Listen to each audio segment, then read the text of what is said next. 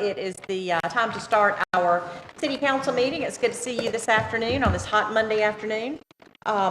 Emily, before we go call everything to order and get the meeting started, I just want to say how great the exterior of City Hall looks. When I pulled up today, it just looks fabulous with all the painting being done and the cleaning and everything. So thank you for spearheading that. You and I think Adam had something to do with that too, because he's the bomb for everybody, supposedly. Nope. But thank y'all, because it was not Adam Cobb. Okay,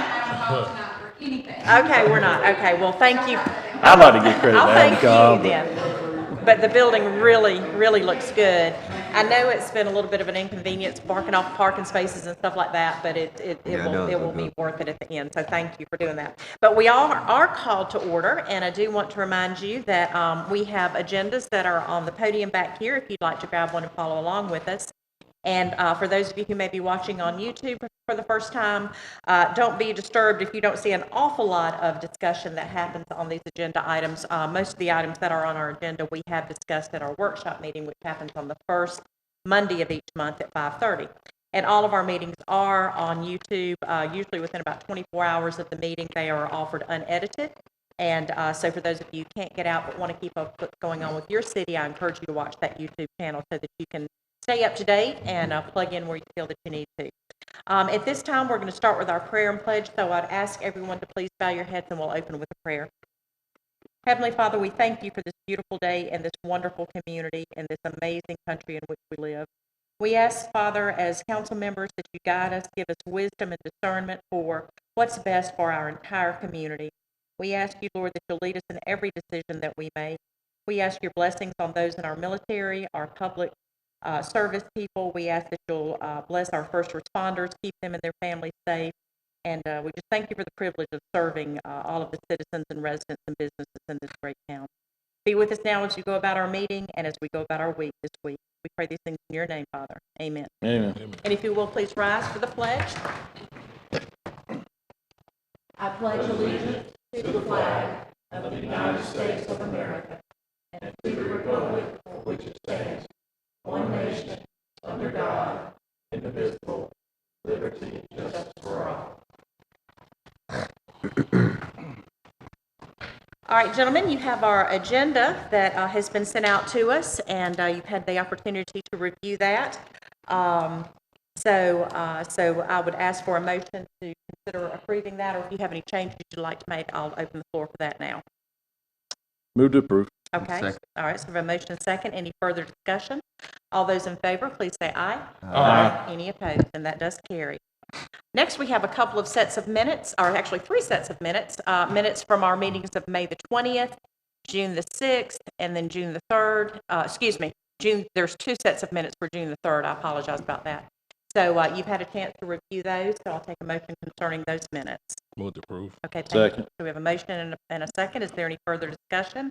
All in favor, please say aye. Aye. Any opposed? And that also carries. All right, at this point in time, we have public comments so that anyone who'd like to address the council may do so. Is there anyone, Jessica, that signed up that would like to speak publicly? Is there anyone here that wants to speak that didn't know they were supposed to sign up? Okay, that's good. All right, I'm going to, we've got a couple of presentations, and the first presentation is the oath of office. So I'm going to ask my neighbor, Kathy Fell, to join me down front here. And Kathy has volunteered to serve with our library, so we're excited about that. So let's join me right here. And Kathy, briefly here.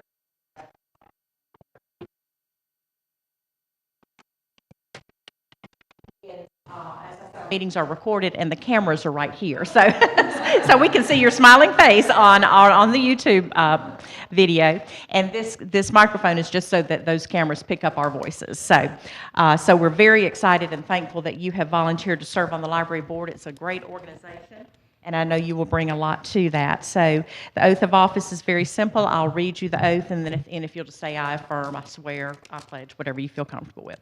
So the oath says that you, Catherine Fell, do solemnly swear or affirm that you will faithfully and impartially perform the duties as a member of the Tifton-Tift County Library Board of this city, and that you will support and defend the charter of the city, as well as the Constitution and laws of the state of Georgia and of the United States of America, that you shall attend all meetings of the body to which you are being appointed unless providentially hindered, that you shall abide by the standards for conflicts of interest adopted by the City Council and the rules of disclosure applicable thereto, that unless disqualified by those standards for conflicts of interest, you shall actively participate in all decisions of the body to which you have been appointed, and that you shall attend at city expense any training mandated by the state of Georgia.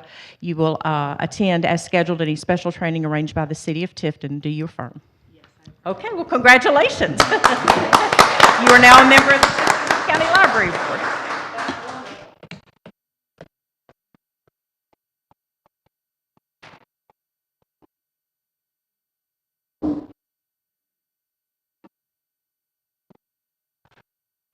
And Kathy has already signed this, and I'll be signing, and our city clerk will be signing, and then it will be official. So congratulations, we appreciate that. And I always like to remind people that if you are interested in serving on any of our boards, if you'll contact Jessica White, who's our city clerk, if you have a particular area of expertise, if you love historic preservation, or interested in the library, or Keep Tiff Beautiful, downtown development, we've got numerous boards that we rely on our residents to help us with the work of this great community. So if you're interested, just contact Jessica and she can get all the details for you.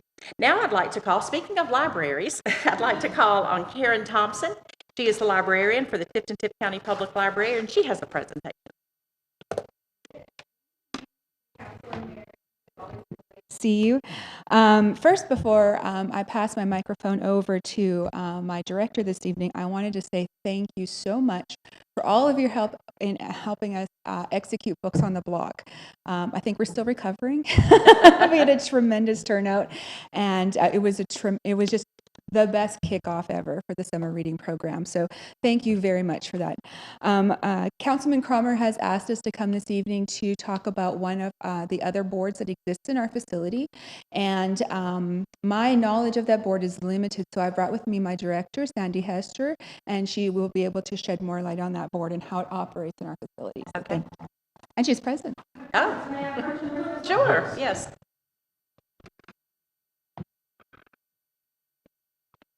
All right, thank you so much.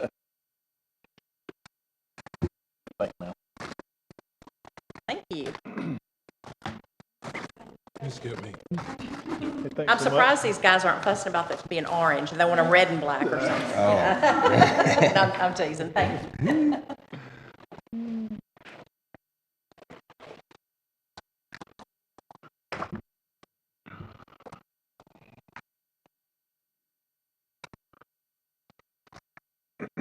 Thank you all very much for the opportunity to come and answer your questions. I know that you all your support is vital to our library. We are super excited to have a fantastic librarian at the helm of the Tifton-Tiff County Public Library.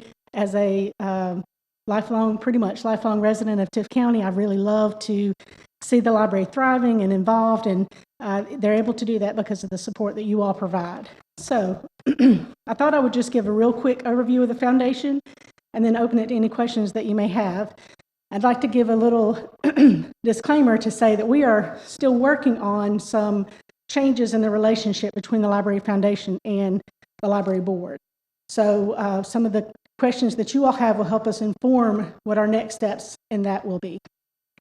The Library Foundation was formed 25 years ago or something like that, and it was formed to be a fundraising body for the sole benefit of the Tifton-Tiff County Public Library. They are a completely separate entity. They have 501c3 status, which allows them to accept donations and offer tax benefits for those donations. In their bylaws, all of the funding that they raise is to be used for the benefit of the library or fundraising for the library. So they have to spend money. You all know you have to spend money to get donations in sometimes. So they have to spend money for their annual fundraisers and different advertising events and things like that. The thing that we want to make sure is clear is that they are a separate entity. They do use the library's name in their fundraising, but that's pretty much where as of their most current bylaws, that's pretty much where that relationship ends in formality. What we'd like to see happen over the next 6 months or so is that we'd like to see the library board and the foundation board come to an official, create an official MOU, an official memorandum of understanding, so that we can formalize some of those relationships that have just been out there, I guess is the best way for me to put that. We'd like to be able to formalize some of those relationships. The money that is given to the library comes into our budget as donations, so it's not something that we can account for when we're thinking about salaries or operations. As part of their bylaws, they actually do stipulate that any money given to the library or raised for the library is for supplemental programming, supplemental activities, nothing that would be considered normal operations, not paying the light bill, replacing air conditioners, replacing flooring. All those things are normal maintenance that we use our local operating funds to cover. The foundation is meant to supplement, not supplant that. Again, in previous versions of their bylaws, there was a direct connection between the library board. There were 2 members of the library board who sat on the foundation board, and the branch manager was also an ex officio member. In their current bylaws, that's no longer the case. But again, this is part of growing that relationship, and they've had some of their board members who've moved on to other pursuits, and so this, I think, is the perfect time for us to formalize some of those relationships so that we both know what to expect from the other. I'm happy to answer any questions that you may have about that, or hear any concerns that you'd like to make sure that we take back to this discussion. Well, the question was, and thank you for being here this evening, first of all, when we were looking at our budget and the city's contribution of funding for the library, the question was, what does the foundation do? I know we've all supported the foundation and given money to the foundation under the impression that it was there to supplement the library, or assist the library in whatever that way that was, whether it was programming or maybe a special guest lecture or something like that. So we were just unsure where that fit in with the library's funding and how often they were supporting you, and were they accomplishing their mission, and because many of the groups that we support, in addition to the library board, don't have a foundation. So it was like, well, wow, the library has a foundation. Our urban redevelopment group doesn't, downtown development group doesn't, and some others don't have that. So how does that work within the budget? So what's the plan for kind of meshing? It sounds like the goal of the group is to potentially go back to sort of the way that it used to be, but how will that be done? Is there a resistance from the foundation, and who maybe is on that board? I'm curious who now serves in that role. They just recently elected a new chairman, and that is Becky Smith. Help me, Becky Smith, and Beth Lewis was elected as the vice chair. That was at their very last meeting, which was 2 Mondays ago, or this past Monday, a week ago. The other members that I'm aware of are Penny Peters was serving as the president of that. Also, Louise Woodham is on that board. I'm sorry, I don't have the list of the full list of board members with me. Norris Klessman, thank you. Brian Ray, thank you. Yeah. When they rewrote their bylaws, from what I understand, a couple of months ago, they did some other changes as well. Now they call for 9, no less than 9, no more than 12 board members. So that's something that they'll be working on, is getting new board members on.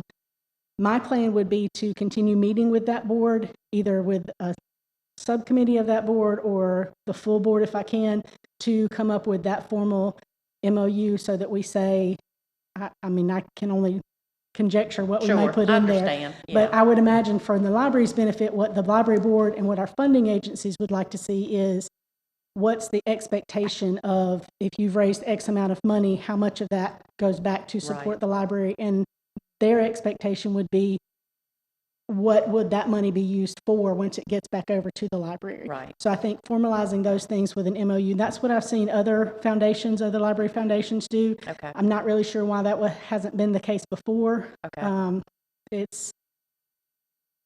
I'm not really sure, and I guess the best that we can do is just move forward from here, right? So I also realize, I don't know that I formally introduced myself. I'm Sandy Hester. I'm the Coastal Plain Regional Library Director. A little bit at the end there. Sorry, Karen mentioned director, but I didn't. Jumped right on in. I just did. I was ready to go. So I think probably the best thing is to assure them that they are still going to have authority over the money that they raise, assure the library board and our funding agencies that the money that they raise in the library's name, in fact, does go to the library.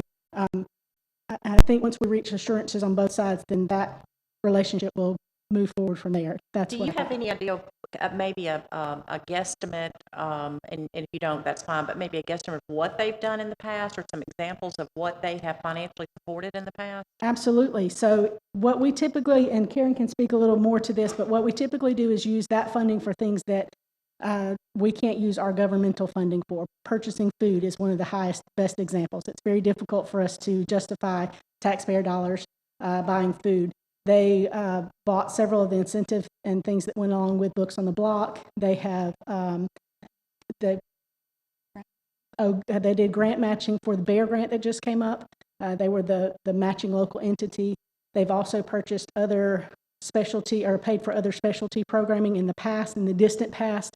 At this moment, the regional library uses regional funds to pay for some reading performers, but in the past, that is something that the foundation would help pay for. And those performers, they're not cheap, so that's usually $1,000 or more just for that group of performers.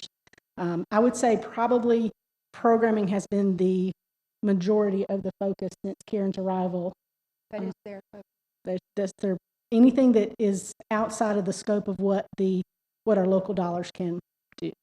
Okay. And do you have roughly do you have a guesstimate of maybe an annual dollar amount, or I guess it would vary, but is there sort of an average of What the foundation With the raises a found- year. What they bring in or what they pass back on. well, you were asking what they Well, bring in. what they so- bring in and then what they pass Yeah. back. So each fundraiser, I think, has varied in its how successful it was. According to the current budget, I think their fund balance is around 100,000. I don't know how much of that has been recent, how much of that has just built up over time. I don't have the financials. Don't have a copy of the financials. Okay. That's the most polite way I think that I Okay. can. I understand. I can give, Okay. Yeah, Karen can give an approximate. I can give you an approximate. Yeah. So, Just a guesstimate. I'm yeah. not going to hold you specifically to any numbers. sorry to keep interjecting. Yeah, So that's fine. I would guess that their fundraisers usually average around 15,000 coming in. And then every year we request between 8 to 10,000 to go to programming, and that is how we are able to do the programming in our facility. Gotcha. Okay.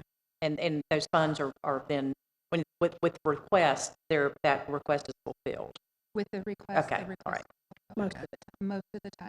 Okay. And with Lester now being our city council appointee on the library board, we'll be able to get updates Yeah. and things. Yeah, So as we he's move committed that to us. So as you move forward into this relationship and everything, Lester is committed to bring that information back to the council. So we'll be aware that way. The board did formalize, in their most recent change of their bylaws, they did formalize the inclusion of a foundation report in their quarterly agenda. So if Good. there's a quarterly chance for us to hear from the foundation to get just an update of where they are, where they stand in terms of fundraising and the projects that they plan to help fund for Karen. That's a great idea. Are there currently any library board members that are also on the foundation board? Not at present. To the best of my knowledge, there was one who has rotated off the board. Is that correct? But our chair, our current acting chair, Dr. Charlotte Kleffman, she attends the meetings as her husband is on the foundation, so we at least have a level of transparency between the two boards when our quarterly board meetings happen. And I will say that there was a renewed desire for us to make sure the relationship is strong going forward after their last meeting. So I really think that if we continue on that flow, then we'll have some productive conversation that can lead to some greater understanding on both sides there very soon. Good. Fair enough. Okay, that's good news. So that's good. Any other questions, gentlemen? I thought they have a plan of action moving in the right direction. Thank you. Okay. Well, thank you for sharing that. Thank you Those very much. answer the questions we had at our last meeting, so I Yeah. appreciate you being here. Thank you. All right, moving on, the next item on our agenda is old business, and it's the ordinance adding regulations for abandoning shopping carts. Before we get into anything with that, I'd like to share with you, I had a conversation, I guess it was last week sometime, Tom Kugel, who, as you know, is the owner of Strickland's and a partner in the new ownership of Curtis Packing and kind of a local entrepreneur who was very concerned about this. And we had a very good conversation. It was, I shared with him, the numbers of complaints we get, and that there would be no penalties, if the carts were accounted for and picked up like they were supposed to be, and that kind of thing. So we had a good conversation. He did mention that there is an organized association, I think it's like the Georgia Grocers Association or something like that, that is looking at this, and they're concerned about it, and I understand that. And so he asked us if we would give any consideration to delaying a vote on this potential ordinance until they could come to the table and meet with us. And I told him I was one vote. I couldn't make a motion, but I was one vote. And I didn't have a problem with that. We've done that before when we've had challenges that we as government have to meet. And then, there was concern from maybe the private sector and how we were going to meet it or whatever. So I told him that at tonight's meeting, I told Mr. Kugel at tonight's meeting, I'd share that conversation with you. And then it would be up to y'all to determine, how we would move forward. If we just go ahead and approve this as it's been submitted, or if the council is okay with a potential delay. I asked him about the time frame of this organization and being able to get back to us to look at our ordinance, and then offer the some proposed changes, and then time for us to consider that. He said it would probably be sometime around August. Before that, I don't think they meet monthly. I think they meet every other month or something like that. Anyway, it was going to be just a little bit, but August is right around the corner. So I know that we do have challenges with golf carts. I keep saying golf carts. I did this today with them. I kept saying golf carts, shopping carts in our community. I sent some pictures to Emily this weekend of shopping carts, and we were talking about this. But anyway, I want to throw that out if you would be in consideration of postponing it till sometime after August. He had mentioned postponing till November. I'm a little concerned about that. That's a long ways away. Now, it may be that far before we actually vote on it, because we'll have to meet in August, hear what they say, workshop it, consider it, and that kind of thing. I don't necessarily want to delay any kind of action until November, unless we need that for time framing. I want them to understand we're willing to talk to you and be at the table with you and negotiate through this, but the time is of the essence. So what I'm going to propose is that we postpone it till, let's say, September. Rob, if we do that to that date specific in September, the September workshop, and if we need to postpone it again for a month or two to accommodate, is that permissible per Robert's rule? Since we're dealing with a long period of time, Yeah. I would suggest you just postpone indefinitely, Okay, and that way, when you're ready, sure. put it back on the Okay, agenda. all right. I wasn't sure if we could do that or it had to be date. Then I told him incorrectly. I told him we had to be date specific. You're usually date specific, I thought. So. But you can postpone indefinitely. Okay. So that was incorrect information that I gave Mr. Google. But it's up to you. I explained I was one vote and could not make a motion, so I'll throw that out there. I'll be glad to share any other details of the conversation if there's anything. But that was the gist of it. Just that if we would consider delaying till they could get to the table and talk with us. He understood that there was an issue, and I did tell him, I said, the issues don't really come from your places of business. I don't think I've ever seen a shopping cart from Strickland's or from Curtis Packing, but I don't know that. I couldn't, swear in court to that, but we do have a couple of big box stores where the problems really seem to lie. Right. So anyway, that being said, I'll throw that out there for y'all. On my bad. I'm totally fine with it. It would be good to get somebody that's actually in the business, Yeah, see what they say, Yeah. from their board.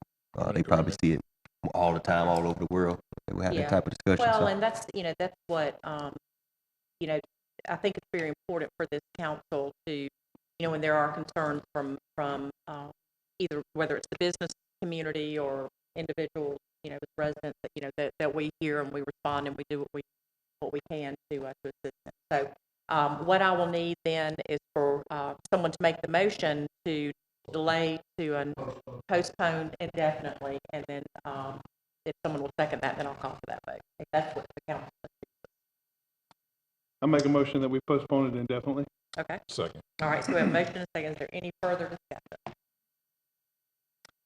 I will say that's not to be said that we are not Right. concerned about the Yes. carts. And Yes. we know they're Yes. there. We know they're a Exactly. nuisance to community. Yeah. Yeah. And we will be working Okay. forward to this, to fix it. What So- I'll add, and I don't know if the motion needs to be minute or if I can just add this as part of the conversation, I certainly don't mind being the point of contact for Mr. Kugel to let me know when they are ready to meet with us and to get the information out, if y'all would be okay with that. I certainly don't mind, or Emily, one of the two of us could do that so that we're making sure that it doesn't slide off the plate, because you know how sometimes you get busy and you go back and it's been 6 months instead of a couple of months. So, so I'll reach back out to Mr. Kugel if it's okay with the council and let them know that we postponed and to keep in touch with me on what's going on. So, so if y'all are good with that. All right, so we've had a motion and a second. Are there any other questions, comments? I mean, no doubt this is the issue, but once again, I mean, I like the fact that we're going to postpone and hear what they have to say, any kind of proposals they might have. What we have now, I mean, I'm just not in favor of punishing the business owner for this, but Okay. so I think that's a great idea for postponing. Okay. All right, any other comments? All right, I'll call for the vote. All those in favor of that indefinite postponement, please say aye. Aye. Any opposed? All right, so that is postponed. So, Jessica or Emily, if you could just kind of keep us on track with, don't let me let it slip off my plate to follow up with that, if I can get your help with that. All right, gentlemen, moving along under new business, we have the request to allow facility rentals at the Anthony G. Bateman Youth Center. We talked about that at our workshop. Is there any updated information, Emily, on that? There Everything's is okay? not. Number 5 actually goes with number 4. If you will look at number 5 in your packet, on towards the back of the schedule of fees, you will see it highlighted yellow. The youth center rental fees is built into that. That is the only thing that you're approving there. Okay. I know at the last meeting we did have the fee for the shopping cart. That is not in here. Okay. The only thing in here is the youth center. Okay, thank you for that. Thank you for that clarification. So let's take these separately. One, just considering the request to allow those fees to be imposed, and then the number 5, we'll come to number 5 and include that in our city schedule of fees with the new, if it's approved with this vote. So I'll take a motion concerning the facility rental for the Bateman Center. I'd like to make the motion for allowing facility rentals for the Anthony G. Bateman Youth Okay. Center. All right, thanks. We have a motion and a second. Any further discussion? All in favor, please say aye. Aye. Any opposed? All right, and then tying into that, the resolution updating the city schedule of fees, which, like Emily said, all that does is drop those youth center fees into our schedule of other fees that are charged, for example, theater rental and different things. So I'll take a motion concerning the updated schedule. I move to approve updating the city schedule of fees. Okay, thank you. Is there a second? Second. All right, so we have a motion and a second. Any further discussion? All in favor, please say aye. Aye. Any opposed? All right, thank you, gentlemen. Moving along, we next have the award of the bid for the FY 2023 Local Maintenance Improvement Resurfacing Grant, authorizing us to give that bid to Reeves Construction in the amount of $1.9 million and some change. And Adam presented that information to us at the workshop. Adam, are there any? Adam still here? Oh, there he is. You moved. I didn't even see you move. Any changes? I know. Any changes or updates? No changes. Same stuff on this project. Okay. All right. So, and I'll take a motion. I'd like to make a motion for awarding the bid to Reach Construction. Second. All right. So, I have a motion and a second. Any further discussion or any questions for Adam? Yes. Lester? Yeah. All right. I'll call for the vote. All those in favor, please say aye. Aye. Any opposed? All right, and there is a new item that's on our agenda. We've talked about the Agorama lift station rehab before, but this is for actually awarding reviewing and awarding the bid for that lift station in Forest Main. So, Adam, I'll let you share that information that is in our packet. Sure. Excuse me. The Agorama lift station is a very old and failing lift station. It has seen its time, and the area that it supports has increased in volume over the years. It is time for a full renovation. We put this in as an ARPA project, and so that's where the funding will be coming from. We had 2 bidders. That would be Hancock & Sons and Popco. Hancock & Sons was the lowest bidder at $1,555,960 to perform that work. That not only includes the lift station, it includes a new force main, rerouting it to a larger gravity main that would help alleviate some issues of future growth for the main that it's on currently. So a lot of good things with this, a lot of thought process has gone into getting this done and kind of getting this set up. But we're ready to move forward now, so we're just asking you guys to look at, we're recommending Doyle Hancock and Sons to be as lowest bidder to be complete project.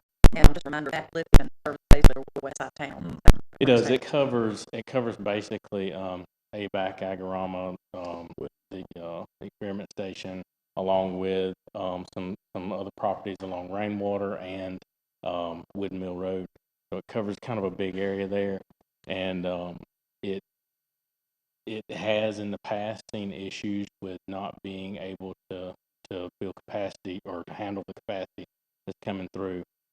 So it needs upgrading from that side, but also to be able to take it to another location, the force main itself, where it's dumping into, to be able to alleviate some of the stuff, because it kind of ties in behind Chick-fil-A, which then starts backing. There's a lot of things along in that area. It allows a little bit more area for growth there as well. So And you don't it's recall kind that, of that's twofold that's helping out. Yeah, that's a very high density area with all the apartments and Right. multifamily residential that is in there in addition to the college. So, This is a budgeted item, one of the ARPA projects that we had that we received the grant for, and then we have a city match for. So this is built into the budget, and the additional will come from SPLOST 5. perfect. All right, any other questions since this is a new item? No, All Mayor, right, I'd we'll like, call for the vote. I call for a motion. I'd like to make the motion to award the bid to Doyle Hancock and Sons Construction for the lift station rehabilitation. Okay, Second. we have a motion and a second. Any further questions? Seeing none, I'll call for the vote. All in favor, please say aye. Aye. Any opposed? So that carries. Thank you, Adam. All right, we've also discussed the retirement changes. And Emily, any new information you need to share with us? Yes, ma'am. There is new information. This is a discussion item only. You will not take a vote on this. We will adopt any retirement changes to the plan through an ordinance. We will bring those in July to you guys, but how this typically works is you kind of throw your wish list out there, and GMA meets with you, and then you go through your actuary to make sure that your goals will line up and not make your plan top heavy. Well, the final review, thanks Rob, is legal, and this wasn't Rob's fault this time. But GMA legal team did take a look at the plan and what we're wanting. There was one issue with IRS guidelines. When you have a mandated deferral into a 457 plan, a city has to have a match with that. If you recall, what we were proposing was the employee put in 3%, anything after that we would match. So we had to kind of pivot a little bit. I had to run a few extra numbers.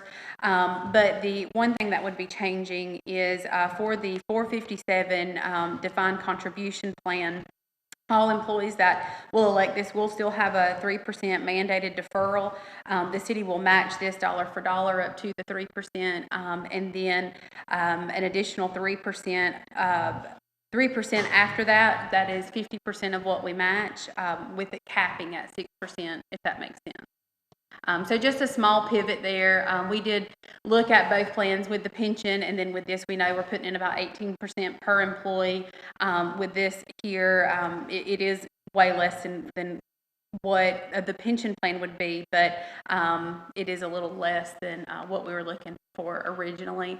Unfortunately, this is IRS guidelines, and we're stuck with that. I can't overrule the IRS, but just some updates there, and the plan will not be available for elected officials. We weren't able to do that, so any elected officials going forward would have to go into the defined contribution or the defined benefit plan. Okay. All right. Any questions, gentlemen? Okay. All right, and like Emily said, we're not voting on that tonight. That was just for informational purposes at this point. Our next item is the resolution adopting the FY 2024 budget, and that has been presented to us. Emily, any updates? No, ma'am. I do have a question, though, before we vote. After the meeting that we had today with Department of Revenue and the tax commissioner and tax assessor and school and county and everybody concerning millage rate. And what's going to happen with our assessments is it's going to be crazy for a little while. Yes. That's the only way to put it. Our resolution references our millage rate. And it was brought up today that we are required by law to have a balanced budget by the 1st of July, which is when our fiscal year starts. But we're not required by law adopt to the determine millage our rate. millage rate, and we can't do that because we don't have the tax digest. Does that item of the millage rate need to come out of this resolution until we can establish the millage rate once we get the tax digest number and what's going to happen? Our resolution always is a tentative setting of the millage. We've always come back with a second resolution adopting the final. Okay, it does say it can be adjusted, but with all these changes, I just want to make sure that we're not locking ourselves into a situation where if we have to adjust for a reason that is based on growth of the digest or something, it's not going to kick us into another category when millage rates adjust for other reasons. So, because all of this is fairly new territory for us, I don't know, Larry, I don't know if you have any comment on I that doubt as our CFO or. what the tentative ever matches. Today, once they do finalize the numbers, August 19th, I think it's the date, that we can come back with an amendment to it, yes, August. Okay. And we probably will, Okay. knowing kind of what's going on and Yeah. the big delay, we may not see property taxes until Next year. March or April. Yeah.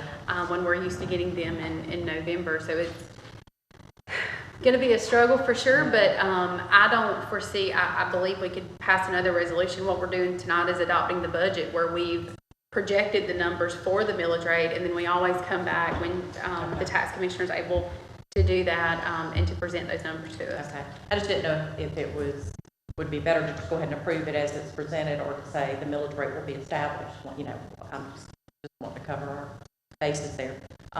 We did, gentlemen, talk about having some town hall meetings that we can all attend with the people that we met with today, because it's going to be extremely confusing with these new assessments and how they'll work and how we, as government and a school board and county government, will receive our funding. As you know, like Emily said, generally when tax payments start coming in at the end of one year and the beginning of the other calendar year, that's when our money starts coming in. But if they don't have this all set and wrapped up until March or April, which is a very real possibility, money won't start coming in until March or April, which means we have to live off our reserves until that money is established, because our budget is balanced. What money comes in goes out. So it's going to be very confusing. It's confusing enough for those of us who live in this world. I can't imagine how our citizens and our residents, our business owners, property owners are going to grasp this, but we're doing everything we possibly can. I know that we're looking at some town hall meetings with the group together and letting our residents come together so that they can ask questions and hear from the experts and those that are in charge what's going on. So. That's right. And the number that is presented for property taxes, that is a projected number. I'm not expecting it to be that number after my numerous meetings that I've had with the county. So we're looking at, other avenues of. Okay. So So approving this resolution tonight is just to basically check that box that we have a balanced budget based on the numbers that adopting the new budget. based on the numbers that we had, and that does allow us to check that box for the balanced budget so that we're in compliance with state regulations. So, but it can be amended. Is that correct? Right. With millage rate. Okay. Yeah. All right.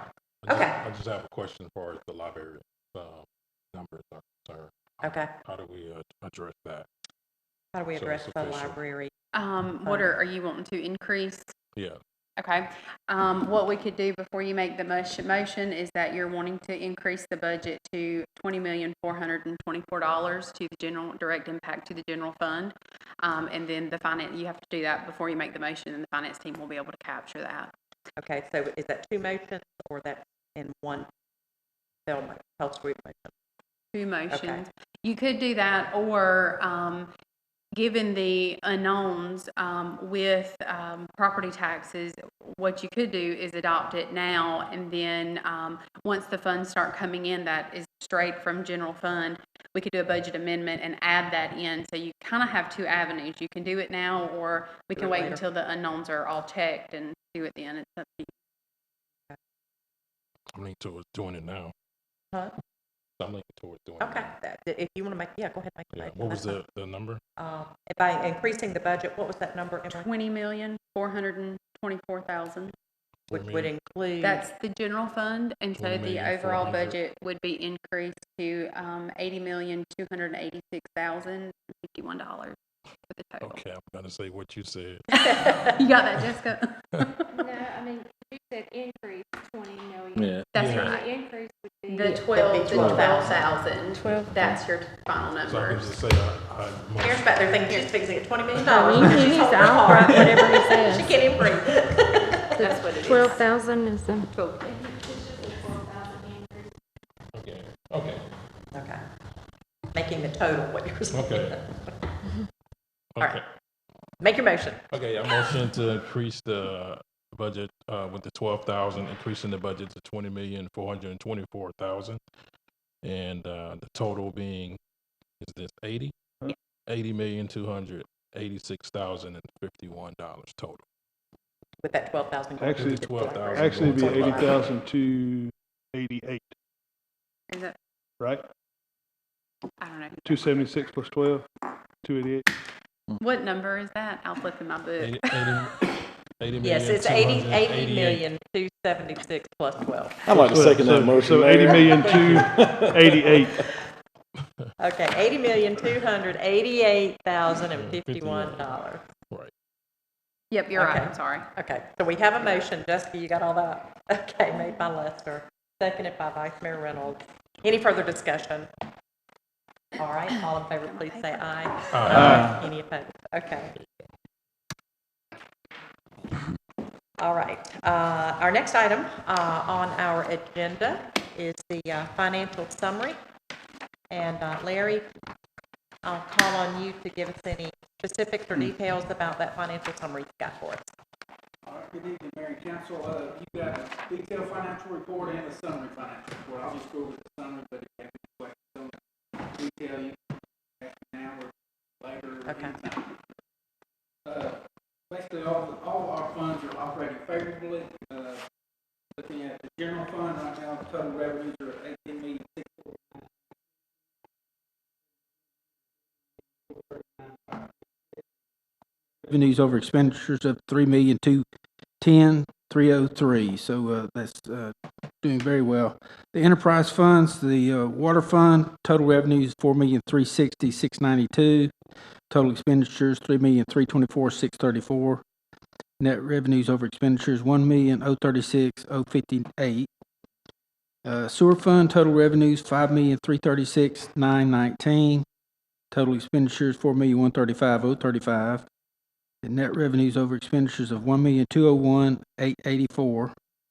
The gas fund, total revenues $4,866,860.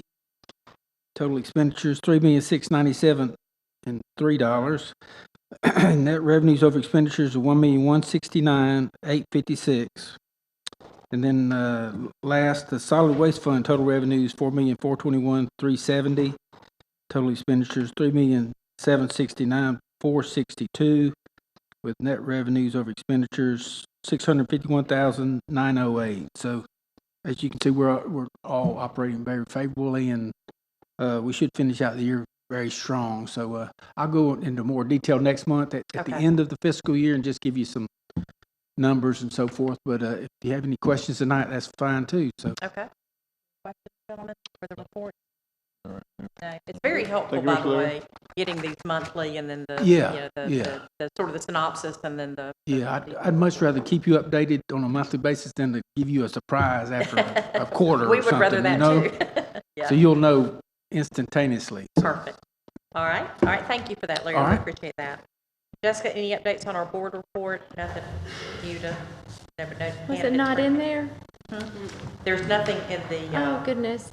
I can't remember off the top of that. There's two from URA. Do you remember? yeah, I don't have it. Do y'all I'm have it? sorry. Okay, Okay. it'll be fine. Okay, I'm we'll sorry get about that. We'll get that at the next meeting. There's nothing pressing on that. No, they're just reappointments. Okay. Okay. All right, we'll pick up board report at the next meeting. Emily, your city manager report? Yes. I have a few things. I wanted to kind of go back to the library funding. Last year we were at 170,000.